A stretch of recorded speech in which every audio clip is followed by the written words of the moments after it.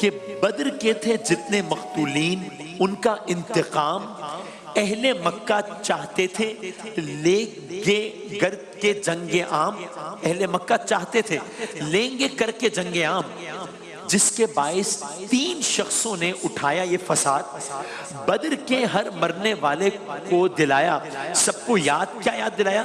اپنے مقتولین کا بدلہ مسلمانوں سے لیں، کچھ مدد ہو جائے تو حملے کی تیاری کریں۔ ہو گئے کفار خوش، ہونے لگی تیاریاں، فوج کی صورت میں یکجا ہو گئے لاکھوں جوان، اب سب پہنچ گئے وادی احد، اور یہ آپ اپنے عقب میں مناظر بھی دیکھ رہے ہیں، بس یہیں پر یہ میدان لگا ہے، یہیں پہ میدان جنگ ہے، اسی کے آس پاس وادی کوہ احد میں جا کے یہ لشکر رکا، اور اس وادی میں ایک پانی کے چشمے پر رکا۔ اس طرف اپنے صحابہ سے یہ حضرت نے کہا، مشرکوں کا پھر دوبارہ ہے ارادہ جنگ کا۔ سن کے عبداللہ بولا، میری تو یہ رائے ہے سب مدینے میں رہیں، کوئی نہ کچھ بھی غم کرے۔ اب آپ نہیں سنے اور آگے دیکھیں کہ اب کیا ہونے والا ہے۔ جب یہاں پہنچے اور آ کے وہ ہم پہ حملہ کریں، شہر کے اندر ہم ان کو گھیر کر پسپا کریں، کہ وہ یہ رائے دے رہے ہیں عبداللہ بن نبی کہ ہم یہیں پر رہیں، جب وہ مدینے میں آ جائیں تب ہم ان کو گھیر کے ماریں گے۔ بعض بولے شہر سے باہر ہی جا کر روک لیں، شہر میں آنے کی عادہ کو ہم جرت ہی نہ دیں۔ اٹھے آ حضرت، گئے گھر میں مسلح ہو گئے اور ہوئے تیار سب باہر ہی چلنے کے لیے۔ 14 شوال معظم تھی، جمعے کا روز تھا، بعد جمعہ حق کا شیدائی مدینے سے چلا۔ لیکن اب اسی منافق عبداللہ بن ابی نے کیا کیا؟ جو پہلے کہہ رہا تھا کہ ہمیں مدینے میں ہی رہنا چاہیے، اب جب قافلہ چل پڑا ہے مدینے سے، اب آپ سوچیں کہ ایک قافلہ ہے وہ مدینے سے چل پڑا ہے، جنگ کے ارادے سے چل پڑا ہے، اور بیچ راستے میں ایک شخص دغا دے رہا ہے، یعنی لشکر کو کمزور کر رہا ہے، لشکر کا مورائل ڈاؤن کر رہا ہے۔ کیا کیا بیچ راستے میں عبداللہ بن ابی نے؟ بولا عبداللہ اپنے ساتھیوں سے گھر چلیں، ایک طرف جنگ کے لیے جا رہے ہیں لیکن اسے درمیان میں کہا کہ اپنے ساتھیوں سے گھر چلیں، ساتھ ان کے کیوں بھلا ہم اپنی پیاری جان دیں، ہم کیوں ان کے ساتھ چلیں؟ ساتھیوں کو ساتھ لے کر یہ مدینے آ گیا، چھوٹے کچھ بچے تھے جو لشکر کچھ ان سے کم ہوا۔ اب لشکر میں فرق آ گیا، چونکہ لشکر کی ایک تعداد اب واپس چلی گئی ہے اب مدینے، انہوں نے کہا کہ ہم ساتھ نہیں دیں گے اور وہ واپس چلی گئی۔ بہرحال اب میں فاسٹ فارورڈ کر کے میدان جنگ کی طرف آتا ہوں۔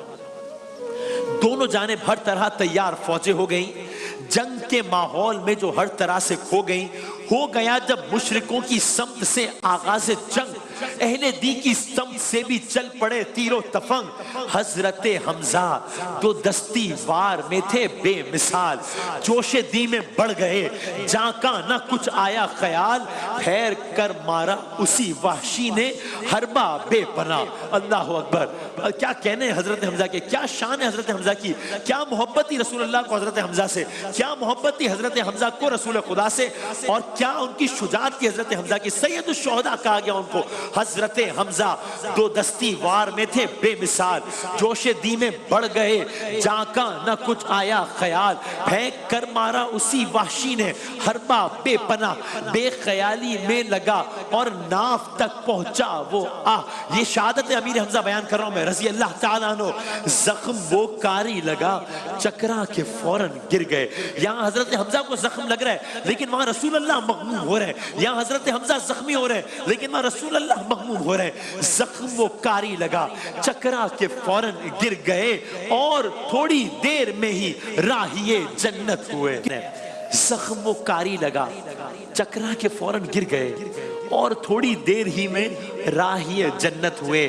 بعد تھوڑی دیر کے کفار سب گھبرا گئے اور پیچھے ہٹ گئے اسلام کے ہر وار سے۔